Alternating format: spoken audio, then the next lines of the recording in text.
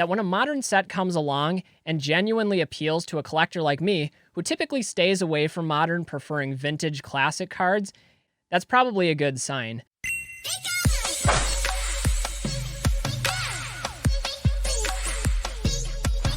Hey everybody, what's up from Pokemon Classics, reminding you that the classics never go out of style. Today's video is not about the classics.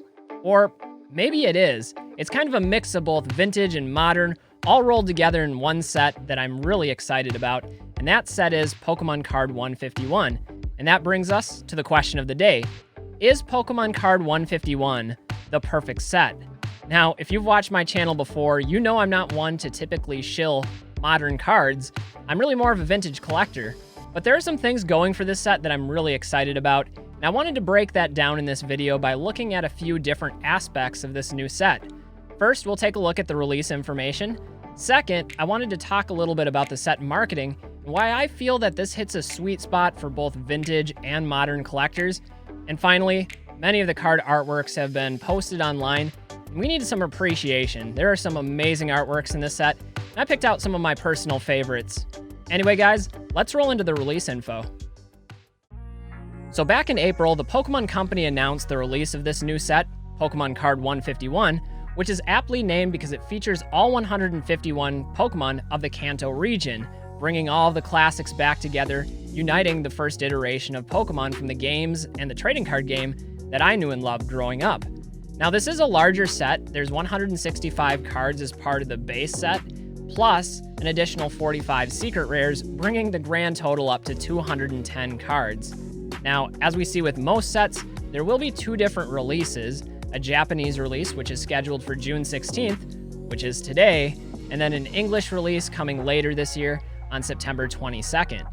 Now, one of the things that I think is really cool about this set is, for the first time in 20 years, all 151 Pokemon of the original first generation are reunited.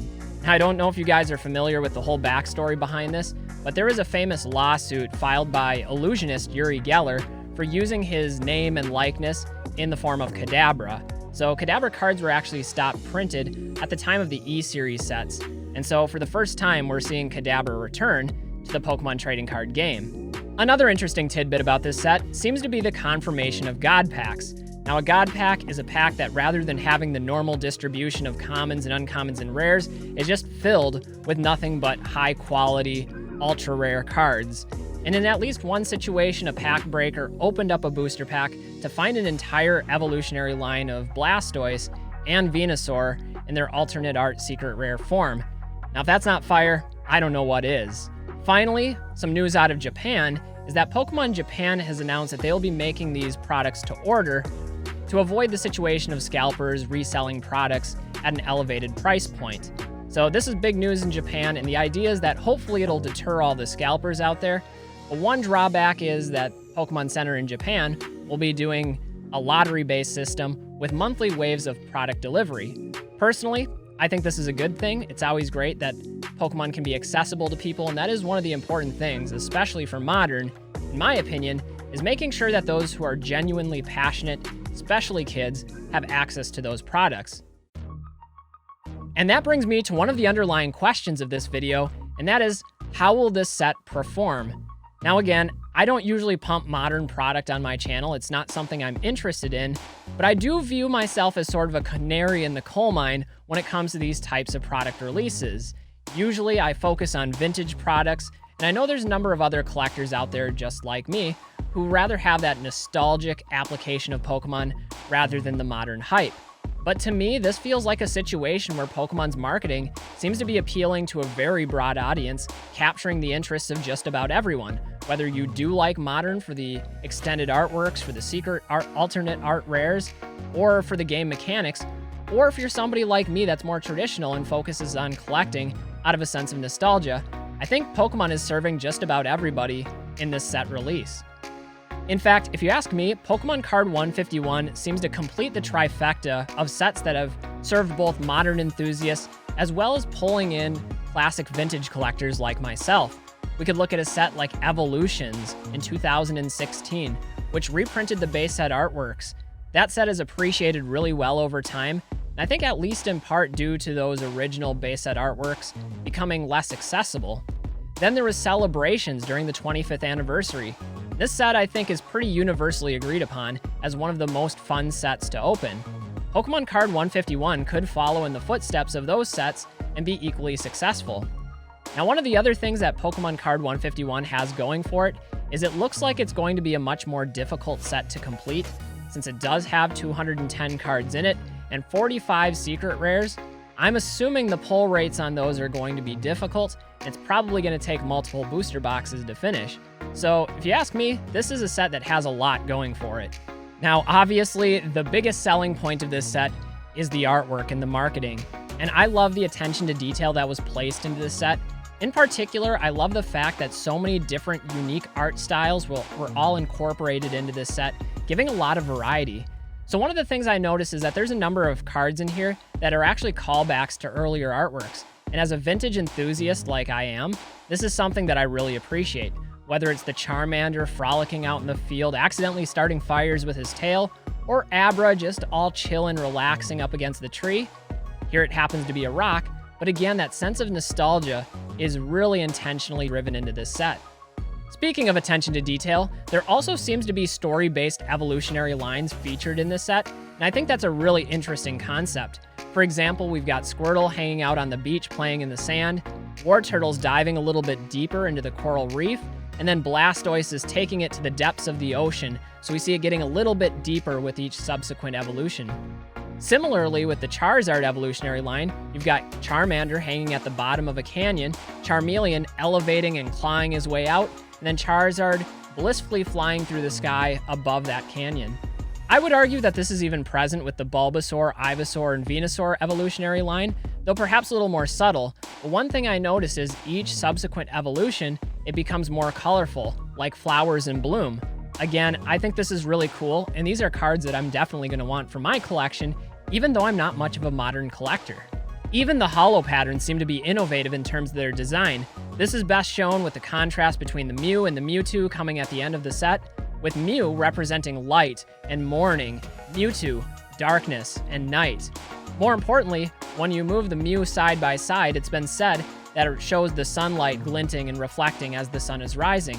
Inversely, the Mew holo pattern seems to be reflecting the city lights gleaming in the nighttime. I think that's really cool, and it's a great way to contrast the personality of those two Pokemon. Finally, though, I wanted to finish this video by highlighting some of my favorite cards from the set. This won't be all of them, it's not super comprehensive, but I thought it'd be fun just to share some of my personal favorites. You guys will have to let me know what your personal favorites are down in the comments below. Starting off with some of the secret rares, I first wanted to highlight this Alakazam. Alakazam has always been my favorite Pokemon. What I love about this one is he's not even holding those spoons. They're elevating up in the air. I don't know if he's doing the dishes or something. It's a really messy kitchen, I gotta say that too. But I'm really excited about that Alakazam.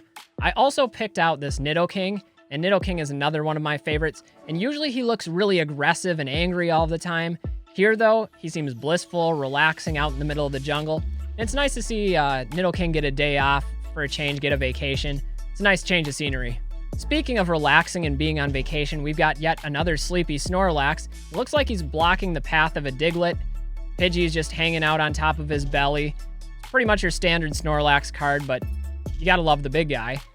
Then we've got this Zapdos card, and out of all of the legendary birds, Zapdos is my personal favorite, and this one has a Moltres in it, it has Articuno in it, and it's really giving me a sense of nostalgia for Pokemon the movie 2000, where all three legendary birds were featured, along with Lugia. So that's what I like about that one. Finally, from the secret rares, I wanted to highlight this Giovanni card. Usually we see him up to no good, but here he's just relaxing with his Persian, and this Persian looks genuinely affectionate. I kind of like that. It shines a nice light on Giovanni that we don't always see. On the other hand, we've got this Ammonite card, and you see some Kabutos there, and maybe an Amistar, it looks like. And it's really giving me a sense of like this primordial ocean with all these fossils emerging. I think it's a really cool artwork.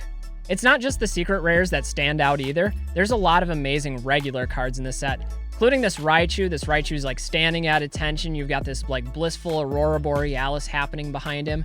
In stark contrast to that, I have this Golbat with the crescent moon.